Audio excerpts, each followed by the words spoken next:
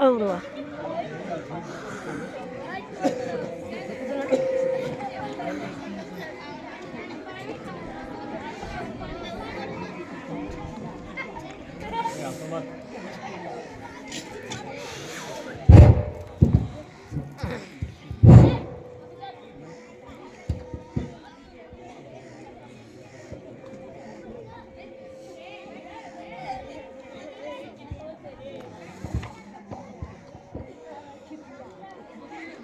अस्सलामुअलैकुम वरहमतुल्लाहि वबरकातुह।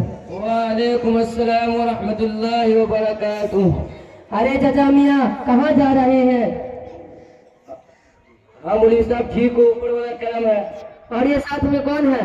ये हमारा पोता है। कहाँ ले जा रहे हैं इनको? अरे इनको डॉक्टर बनाने का सोच रहे हैं, इसलिए स्कूल में एडमिशन कराने जा रहे हैं। इस उम्र में पैदल जा रहे हैं, वो भी इस कदर ठंडी में। क्या आपका कोई लड़का नहीं जिनके साथ इसको भेज देते? अरे मौलवी साहब हाल न पूछो, पोता पोती बेटा बेटी सब मिलाकर 45 है, लेकिन कहावत है 100 पुत्र राम की एक दिन काम की। यही हाल हमारा है। हम तो अल्लाह मियाँ से कहते हैं कि हमको दियो तो दियो, मगर दूसरे को न दिए। अरे कैसे बच्चे हैं आपके? क्या आप अपने बच्चे को अच्छी तालीम नहीं दिलाई? अरे मौलवी साहब तालीम कहते हो, हम सबको पढ़ाए थे। एक वकील दिल्ली में रहता है, एक डॉक्टर बीवी बच्चा समेत मुंबई में रहता है। ये तो बड़े अफसोस की बात है, लेकिन क्या चाचा मियाँ आपने अपने बच्चे को दीनी तालीम नहीं दिलाई?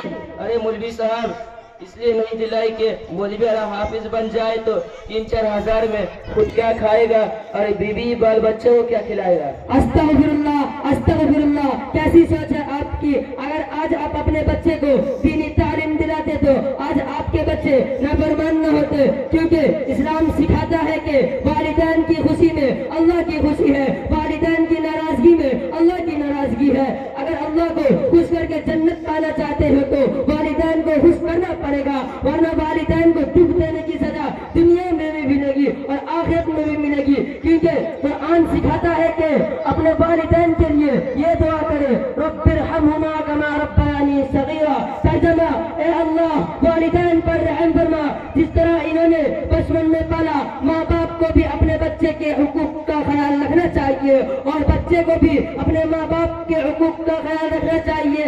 आई बात समझ में? हाँ मौलवी साहब कुछ आया है। अच्छा चाचा मियाँ आपको दीनी तालीम के बारे में कुछ तो इल्म ही होगा। अरे मौलवी साहब क्यों तुम ही मुसलमान हो?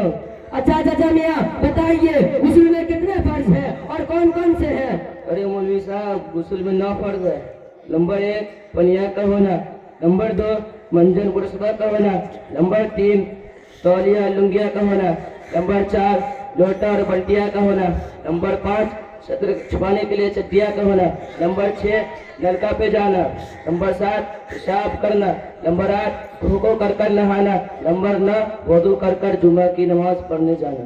अस्तगफिरुल्लाह अस्तगफिरुल्लाह, बस करिए बेटा। आपको दीनी तालीम के बारे में क्या जानते हैं? अरे मौलवी साहब क्या आप ही मुसलमान हैं? अच्छा बेटा बताइए, गुस्ल में कितने फर्ज है और कौन कौन से हैं? गुस्ल में 3 फर्ज है। नंबर 1 पनिया का होना, नंबर 2 नाक की साबुनदानी का होना, नंबर 3 पूरे बदन पे पनिया पानी होना। अरे चाचा मियाँ आप दोनों ने तो बिल्कुल ही गलत बताया। आप दोनों को तो दीनी तालीम के बारे में कुछ नहीं जानते। मेरे बेटे से सुनिए, बेटा गुस्ल में कितने फर्ज है और कौन कौन से हैं? गुस्ल में 3 फर्ज है। नंबर 1 3 मरतबा गलगला के साथ कुल्ली करना, नंबर 2 3 मरतबा नाक के हड्डी तक पानी पहुंचाना, नंबर 3 पूरे बदन पे पानी बहाना, ऐसे बहाना कि एक बाल भी सूखी न रहे।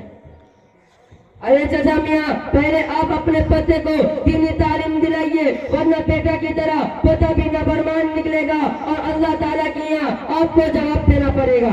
अरे मौलवी साहब आप तो ठीक कहते हैं।